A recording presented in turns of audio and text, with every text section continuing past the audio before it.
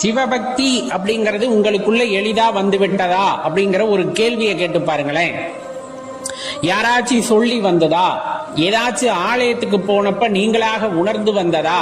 அல்லது என்ன ஏதுனே தெரியாம அப்பனோட நினைவு மனதுக்குள்ள தோன்றி தோன்றி அந்த பக்தியை உங்களுக்கு உண்டாக்கியதா? இல்ல வேற ஏதேனும் வழியில இந்த பக்தியானது உங்களுக்குள் வந்ததா அப்படிங்கிற கேள்வியை நீங்க மீண்டும் மீண்டும் கேட்டு பாருங்க, உங்களுக்கான விடயம் கிடைத்துவிடும். சரி, அப்படித்தான் சிவபக்தி வந்து விட்டதே, அது நம்ம மனதுல நிலைத்து இருக்கிறதா? எப்பவுமே நாம் சிவ சிந்தனையில் இருக்கின்றோமா? சிவனையேன்னு இருக்கோமா அப்படிங்கிற கேள்வியும் கேட்டு பாருங்க.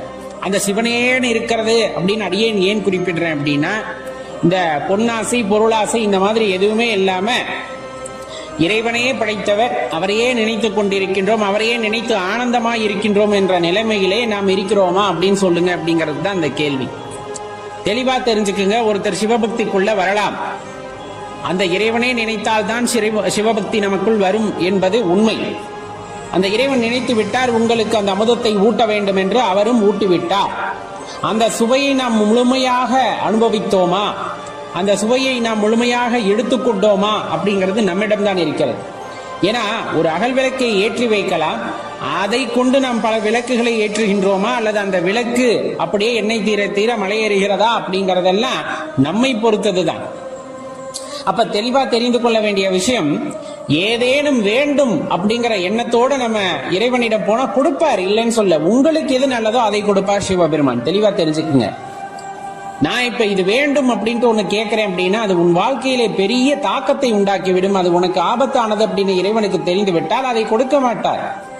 ஏன்னா நீங்க அடிப்படையிலே எங்க போயிடுறீங்க அப்படின்னா இறைவனோட பக்தராக போய்விடுகிறீர்கள், இறைவனை உணர்ந்தவராக நாம் போய்விடுகின்றோம், உணர்வதற்கு தயாராக இருப்பவராக போய்விடுகின்றோம்.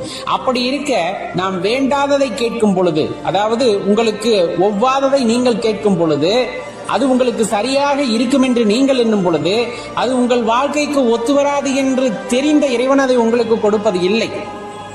அப்படி கொடுக்காவிட்டால் நம்ம என்ன நினைச்சுக்கிறோம் அப்படின்னா, அப்ப நம்ம வேண்டுனா சிவபெருமான் கொடுக்க மாட்டாரா? அந்த சிவம் எனக்கு கொடுக்காதா? அப்ப அதை தாண்டிய ஒரு ஆற்றலை நான் தேடி போகிறேன் பார் அப்படின்ட்டு யாராச்சும் ஏதேனும் ஒரு திருநாமத்தை சொல்லி, அந்த திருநாமத்தை நீங்கள் வழிபட்டால் இன்னது கிடைக்கும் அப்படின்னு சொல்றாங்க அப்படின்னா அங்க போய் வரம் கேட்க வேண்டியது. எல்லாம் ஓராற்றல் தான் இருந்தாலும் தெளிவா தெரிஞ்சுக்குங்க.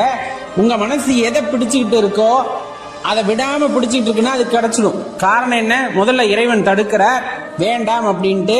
இல்லைன்னு இன்னொரு திருநாமத்தை வச்சுக்கிட்டு நம்ம போறோம் அப்படின்னா அங்கேயும் அவ்விறைவன் சிவம் தான் இருக்க. அட எத்தனை சொன்னாலும் கேட்க மாட்டேன், சரி இருந்தா வச்சுக்க அப்படின்னு. அப்ப நம்ம அந்த இடத்துல என்ன ஆயிடுறோம்? இந்த திருநாமத்தை வழிபட்டதால் எனக்கு கிடைத்தது அப்படிங்கிற எண்ணத்தை நாம் வளர்த்து கொள்கின்றோம்.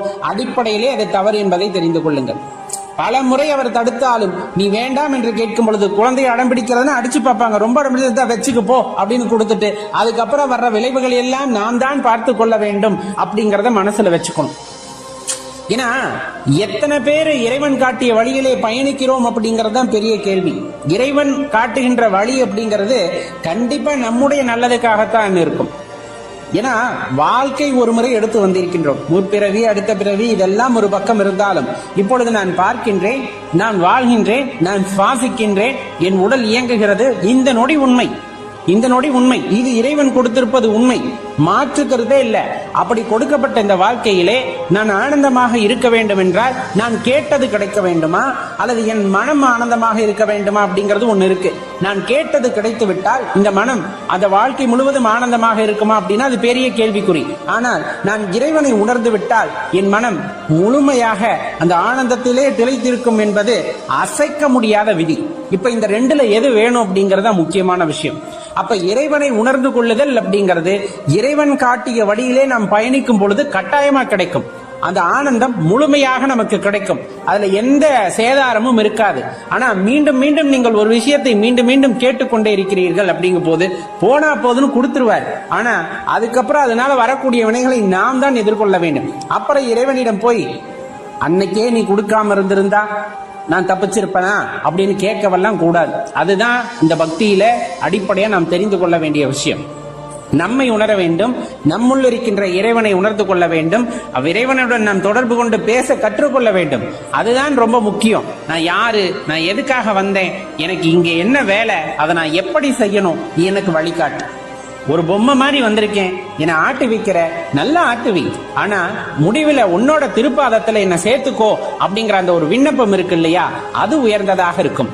போதும் போதும் பல பிறவிகளை கொடுத்து கொடுத்து என்ன அடிச்சுக்கிட்டே இருக்க, இன்னும் எவ்வளவுதான் அடிக்க தோணுதோ இந்த பிறவிலே அடிச்சு முடிச்சிரு, அடிச்சுட்டு என்ன உன் பக்கத்திலே வச்சுக்க, தயவு செஞ்சு இந்த பிறவியை கொடுக்காத அப்படிங்கிற அந்த எண்ணம் இருக்கு இல்லையா, அது மிக உயர்ந்தது. அதுதான் ஆனந்தத்தை கொடுக்க வல்லது அப்படிங்கறத தெளிவா தெரிஞ்சுக்கங்க. ஆனா இது அவ்வளவு எளிதா உங்களுக்கு வந்துடாது. எப்படி? அவ்வளவு எளிதா வந்துடாது. இந்த எண்ணம் உங்களுக்குள்ள தோன்றும் பொழுதே, எப்ப இந்த சிவ சிந்தனை அப்படிங்கறது நம்ம மனசுக்குள்ள வரும் பொழுதே, அதை தடுப்பதற்கு பல்லாயிரம் பேர் திரண்டு வருவாங்க. இந்த ஊருக்குள்ள கெடுதல் செய்யறவங்களை யாரும் எதுவும் கேட்க மாட்டாங்க, தப்பு தப்பா செய்வாங்க, அவங்களெல்லாம் விட்டுருவாங்க.